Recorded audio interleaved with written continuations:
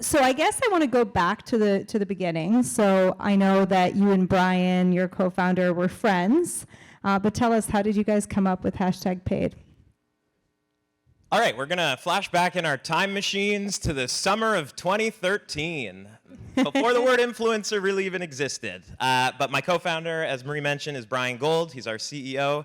He's also been my best friend since we were 2 years old. We've done everything together from kindergarten, elementary school, high school, summer camp, snowboarding lessons. I set him up with his wife.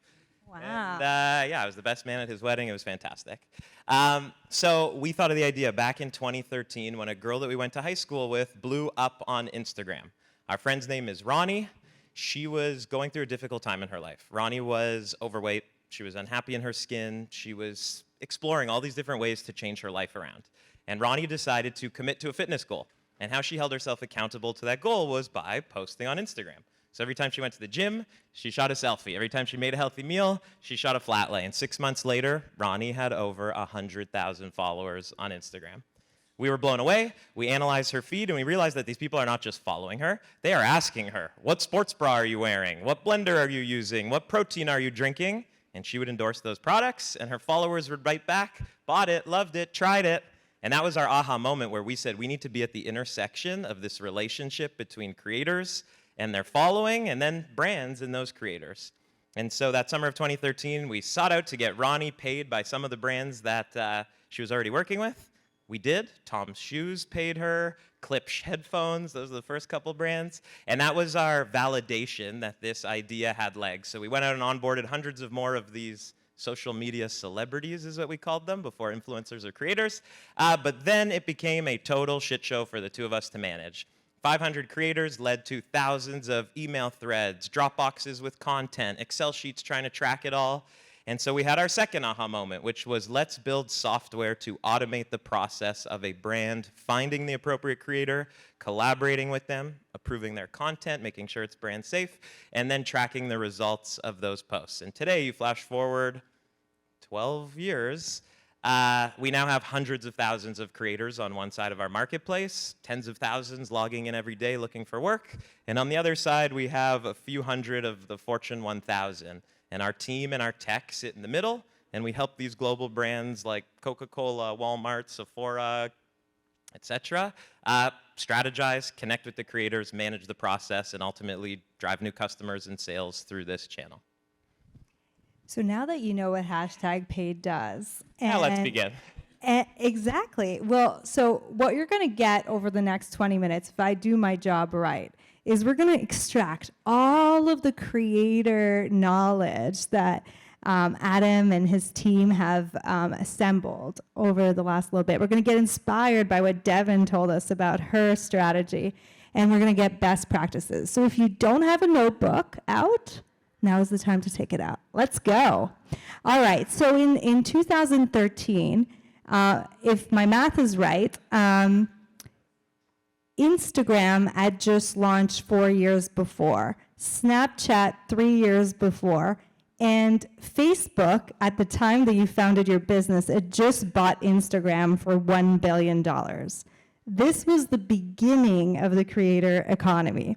So I'd like you to take us down history lane for the creator economy and talk to us about the big moments of evolution that this space had and how hashtag paid, a startup from Toronto, two guys in the Ryerson DMZ, stayed on top of that space. Okay, let's go back. First and foremost, when we started with our friend Ronnie, Instagram was a photo feed. There were no videos, there was no DMing. To find those first 500 creators, we had to manually scroll through any profile we could find that had an email address in their bio, write them down, mass email them manually. So that was one. Now you have DMing, you have so many search tools and features, so identifying creators has become a lot easier. But back then, the social networks were not about connecting you with creators because they didn't even realize the value that these creators brought to the table. So then you flash forward, and video comes to Instagram in about 2015, I believe it was. And that changed everything from, hey, you have photos in a feed, a single moment captured, with the caption being far more important, explaining what that photo's about, what the marketing message is, to now having video. And if a photo I don't know, says 1,000 words than a video says 1,000,000 words. So you have so much more time to tell your brand story. So then how do you educate brands about shooting with video versus working with creators to get photo quality or photo content? That was the next evolution, is finding creators who could even shoot video.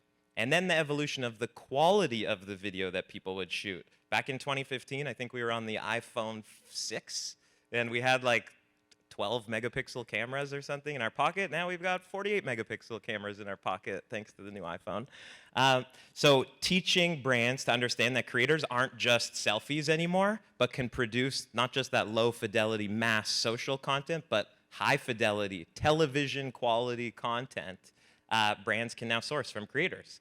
Which then, when we used to partner with creative agencies are afraid of creator companies because a creative agency, if you've watched Mad Men and seen the evolution of advertising over the last 100 years, an auto brand, for example, spends over $1 million to produce that 30-second commercial that we see on TV.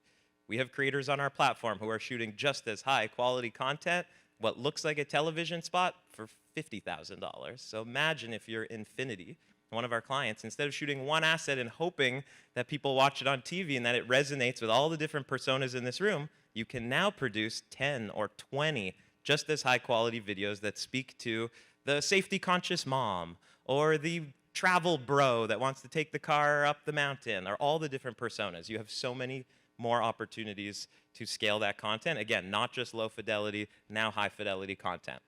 So what does that mean for a brand? Well, when you're thinking about building your brand today, it's different a little bit for a B2B company like us. I do post on LinkedIn pretty regularly, but one of my tips I was going to mention to the group was, as a founder of a B2C company, you must be creating your own personal brand. You are the ethos of the company. People only know the brand probably because of you and your initial posting. Like, who's heard of Midday Squares? Raise your hand. Who follows Jake? Incredible. Who's heard of 437 Swimwear? Who's heard of the Founder Club and seen Spivak and his crazy ads everywhere? Or Dream Crust Pizza, Eden Hazan, the real coach. There are tons of Toronto founders who are putting themselves out there on the internet and seeing a ton of success being that founder creator themselves. But that is step one. That will help you maintain your overall brand core messaging and like your brand DNA. But if you now think of the other kind of end of the spectrum, the legacy incumbent brands in all of your spaces that are probably owned by Procter & Gamble or Unilever or these, massive conglomerates, they don't have that personal touch. They are buying companies like everyone in this room because you're the founders, you're the story, you're relating with customers in a way that these huge conglomerates can't. And it starts with a founder story, but then how do you evolve and build third-party trust? It's through creators. You need to find creators as early as day one, like we saw with Cash. When you are just seeding ideas to the market, yes, you want to hear from customers in different personas that you think might be your target audience, but what about creators? Get them involved as early as possible and host a brainstorm. You could literally bring 10 creators to a coffee shop. This doesn't have to be a big expense. If you have an office, if you're in an incubator, it doesn't matter where you host it. Creators want to be involved in not just producing content after your brand's created. They want to help you build that brand. They want to be a part of that journey. And I guarantee you, if you have them as part of that journey, when you are ready to launch, they will go above and beyond to support you and probably post for free and come to your events and do all these things that a transactional relationship with a creator won't give you.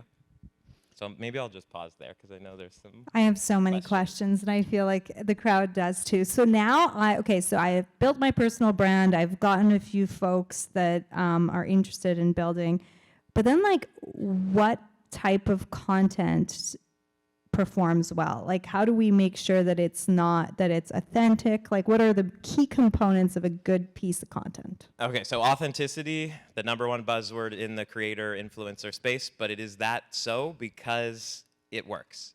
The only way that you're going to see success with creators is if they genuinely care about whatever your mission is. They hate seeing clothing in landfills, or they drink smoothies every day and there's not, they're giving them stomach aches and they want healthy ingredients, like the 10 pucks per pack in the back corner. So you got to find creators who care about your brand, which again, go on social media. There are endless amounts of tools, and the social networks make it pretty easy to find. If you're a wellness company, go find wellness creators who talk about similar things to what your brand is about and invite them to come into your space.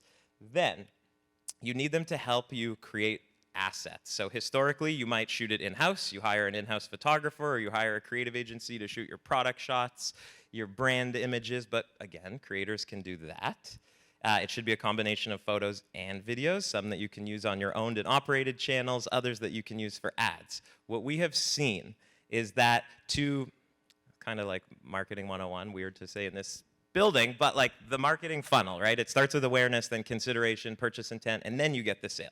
If no one's heard about your brand, you're not going to get sales. So you have to think about the brand storytelling, which again starts with the founder story, sharing the DNA, your values, and your mission with the audience. But then you want creators giving those different personal stories that speak to each of those personas. I buy these smoothie packs because I am celiac and there's gluten. I'm just giving an example. But you want these real stories. And I guess a real example, one of my favorite campaigns we've ever done for RBC, they used to have a campaign called Someday.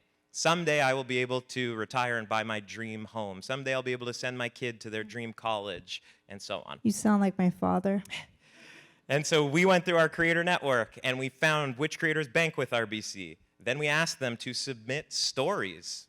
They were immigrants who came here with nothing, who RBC helped them save, who then achieved great things, or another bank was charging them so many fees, or whatever it might be. And they sourced thousands of real stories that then turned into hundreds of marketing messages and campaigns from these real people. So how do you find your someday creators, people who align with your brand, align with your messaging, and can represent those different personas and tell real stories? So that's one. That's brand awareness, that's consideration. That's how one person relates to another.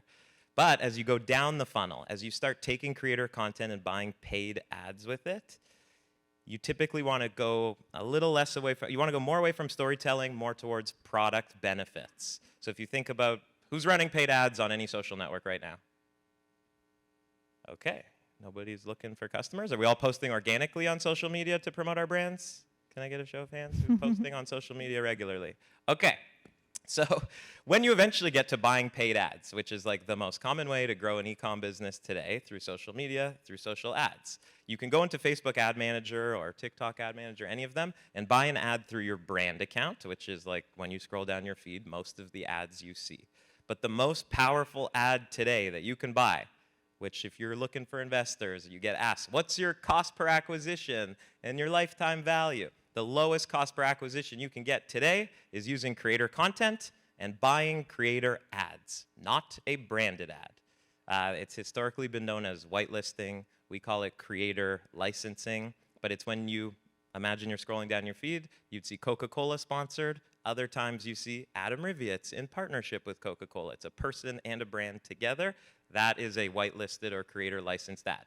That is the highest performing ad you can buy today. If you are buying cost per impressions to have people learn about your brand, if you're buying cost per click to get people to click and visit your app or your website, or buying cost per acquisition to get people to go all the way to the sale and then you pay a social network, all three of those perform better when you use creator content and buy the ad through the creator's account. So for organic, for top of funnel, storytelling as the founder, using creators who represent your different personas who can tell their story and their experience with your product, and then moving to product benefits, whether that's in photos or videos, to then use in paid ads and extend your reach beyond the followers of your brand and the creators to anyone you want to target on any of these social networks.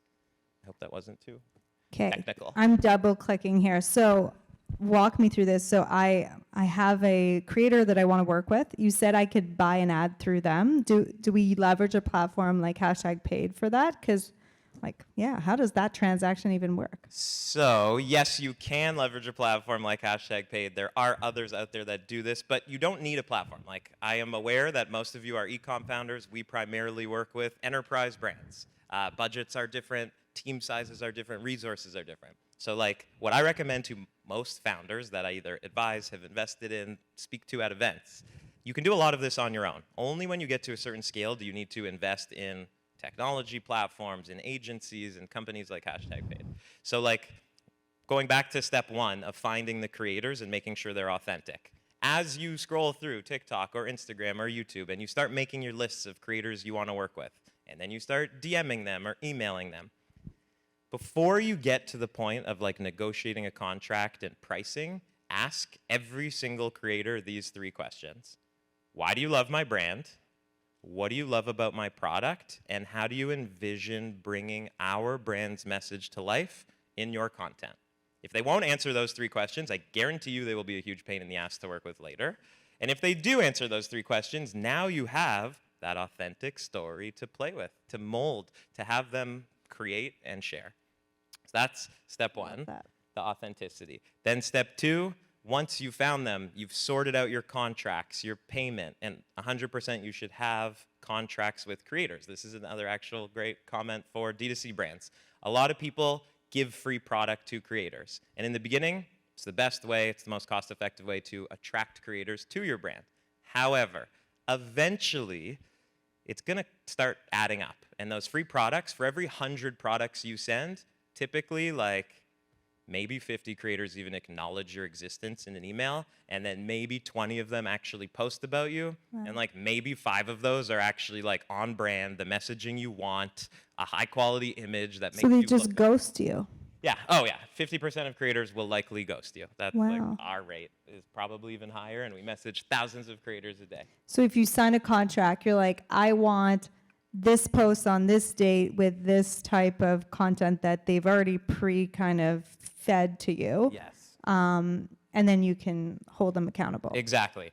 The contract is for accountability so that you can say, hey, I'm giving you X product, or I'm paying you this little amount, or I'm giving you access to this event or this dinner or whatever that I'm hosting in exchange for you posting at least one time. And you can ask for all the deliverables you want. They'll probably negotiate with you, but having that contract, that agreement, make sure that you as the founder, as the advertiser, are going to get what you expect. And as an early stage founder who like really like struggled in the early days, like the word contract and agreement like got me overwhelmed, but like it can be really simple, right? It can be first of all, just Google like influencer contract. A lot of our competitors, I'm happy to send you one also. Just like email me, adam@#paid.com, or connect with me on LinkedIn. I'll send you one of our contracts.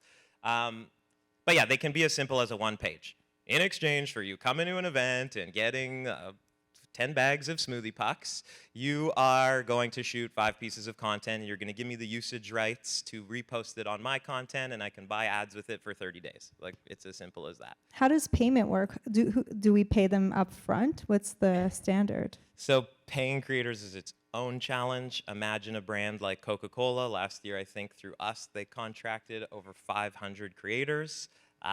It took us 4 months to go through legal and procurement with Coca-Cola. So imagine if they were trying to do it manually, or I can see if you guys were working with 500 creators, the pain in the ass that would be to individually pay them. So there are also companies that offer creator payments. That's one of the things we do as part of the process of managing it all end to end. But I don't know, PayPal's pretty easy, and when you start, like, how many creators are you really paying? 10, 20, 50, 100? Like, you develop just, I don't know, bulk task and pay them all out once a month or something like that.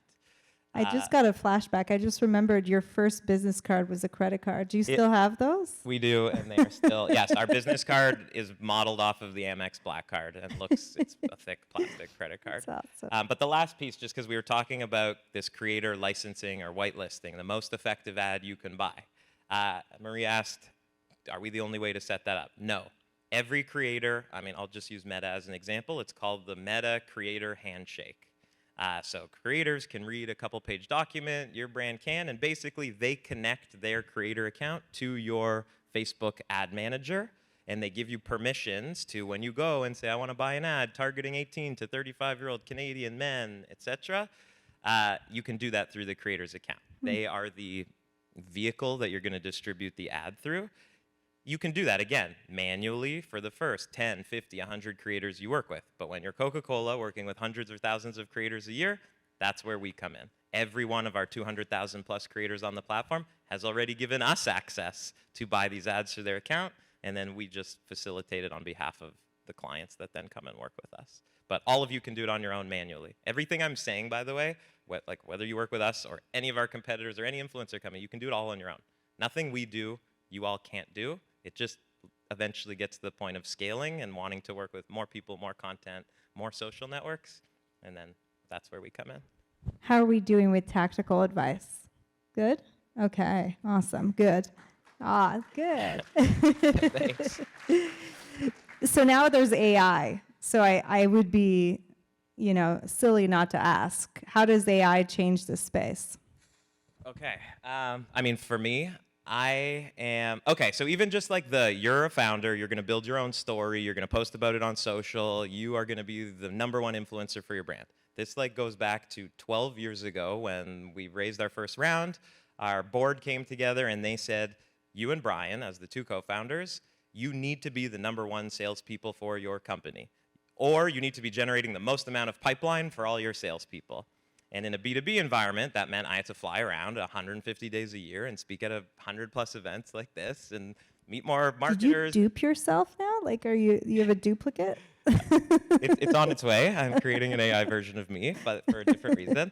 But that idea of just being in front of your customer, whether for B2B, it's usually event-driven, or if you're a B2C brand, social media is the best place to do it. You have to put yourself out there. You have to be the one generating the leads, the sales. So going to AI. I got married last year. Tomorrow's my 33rd birthday, and I'm having a baby in 7 weeks. So I am not flying anymore. I'm on vacation from traveling for the company. So I still have a many $million-dollar pipeline goal to help my sales team for the year. How am I going to do that? So I've been using GPT in a million different ways. From every day I wake up to here's the 10 CMOs and background on them and what you should know and what they've done recently, and then I pick a couple of them. And then GPT writes me custom emails for each of these CMOs and says, hey, based on what you did and what we're doing with a competitive brand or someone else in your industry, here's how we can help. It writes my follow-up. We have AI recording every single call we take. It writes the summaries. It writes the follow-ups. So just from a sales perspective, AI is the greatest tool ever. It's saved me tons of time. And I'm sending much more thoughtful. I use email marketing. I use LinkedIn marketing. I use every type of automation possible because it really is a numbers game. But now with AI, it's becoming a lot more tailored and personalized while still having that scale. So that's me personally and what I do every day. As a business, we are thinking about, I don't want to live in a world where I scroll down Instagram or TikTok and every piece of content is AI generated. And every creator is like a little Michaela, a fake human. I don't want to live in a world like that.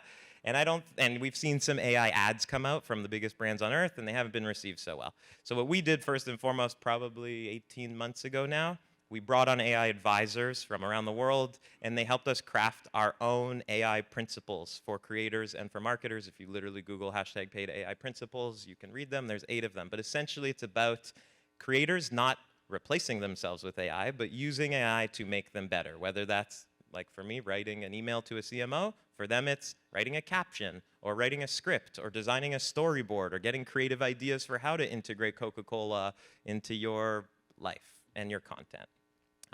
So it's all around using AI responsibly and ethically, not using it to replace creators.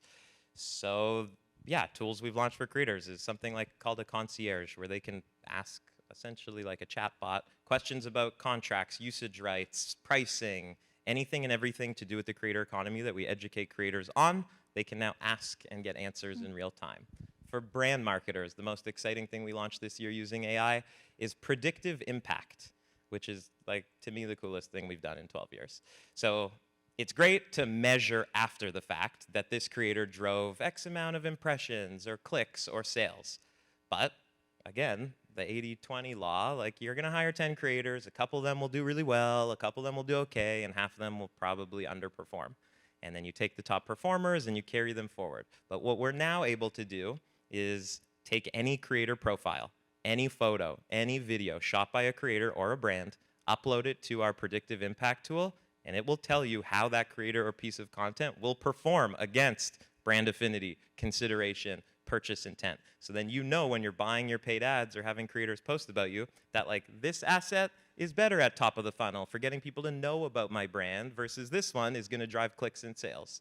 And so you can use your dollars a lot smarter upfront versus waiting till after a campaign to get those learnings and optimize. So long story short, AI is impacting all pieces of our business. But to the comment earlier, we're not like changing the whole business to be built around AI today, but little pieces, focus, deciding where AI fits most is how we're implementing it today. With intention, we like to say. Well, Adam, you are an example of a Toronto-based company who found a niche, rode the wave, and now is at over 100 employees across the world, including in the US and hopefully soon in the UK, I understand, with expansion into Europe. So a big round of applause for Adam and the team at #Paid. I'm so proud of you. You're sticking around for a few questions. So who has some questions? There was a There's first one hand right over here. there. I have one here. Okay. So first of all, I think I was watching a Gary Vee, speech because there was so much tactical advice that you shared. But the one question I have, and I don't know if businesses think about this, but with a lot of creators that are out there, some of them have hundreds of thousands of followers or millions, and then some that have 50,000 or 10,000. Do you see this trend where I've heard where companies would rather sometimes invest in those smaller creators that have a better connection to their fans versus like the bigger ones? Or do you not see that where they want to go for the ones that have the most followers, that has the most awareness or reach? Okay, so thank you, great question. Gone are the days of the celebrity spokesperson are what we like to say. You know, you don't want to invest all your money into a Jared from Subway, as an example. I don't know if you get that reference, but you don't want to have He one. did not age well. Yeah, you're putting all your eggs in one basket, and brands still do that, and it is a playbook that can work, but generally what we are seeing is what was just asked. When you are starting and gifting product and working with your initial creators, 5,000 to about 50,000 followers is a great place to start. They will probably respond to you instead of ghost you. They will probably come to an event because they need content to shoot and they're happy to come to your cool dinner and eat off your Fable plates, as an example. I don't know. So smaller creators are going to give you more access. They're going to do more for free or for product.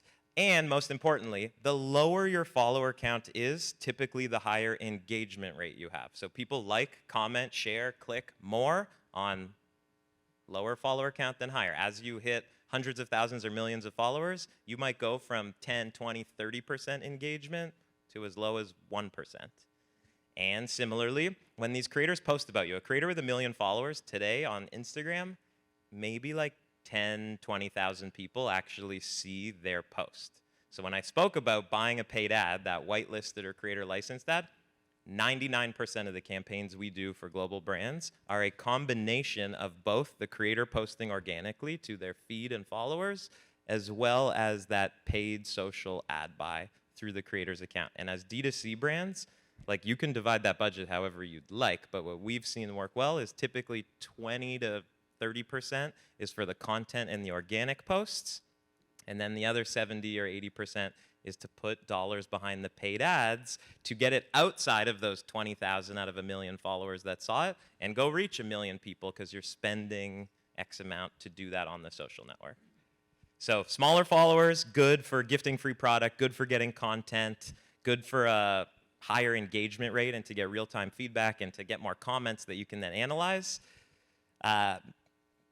Mid-size and larger creators can be good for bigger brand plays, new product launches, etc. But bar none, you have to be combining organic with paid, and paid should be a bigger chunk of your budget to actually reach the people you want in the location you want to take the action that you want. So in there, I have a follow-up. So this sounds really busy.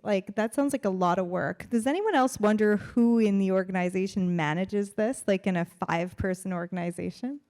Short Okay, answer, so because I'm stealing. I guess also kind of the evolution. We started only working with enterprise brands. The first deal I ever sold was to launch Mountain Dew Kickstart across Canada. If you remember the Puppy Baby Monkey or Puppy Monkey Baby, whatever it was, Mountain Dew Kickstart, that was partially us.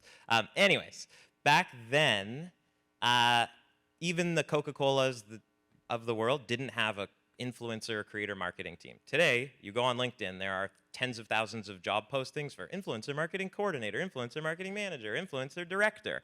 Unilever has a 40-person influencer team. L'Oreal, a 200-person influencer team. It's unbelievable how it's changed in the last decade plus.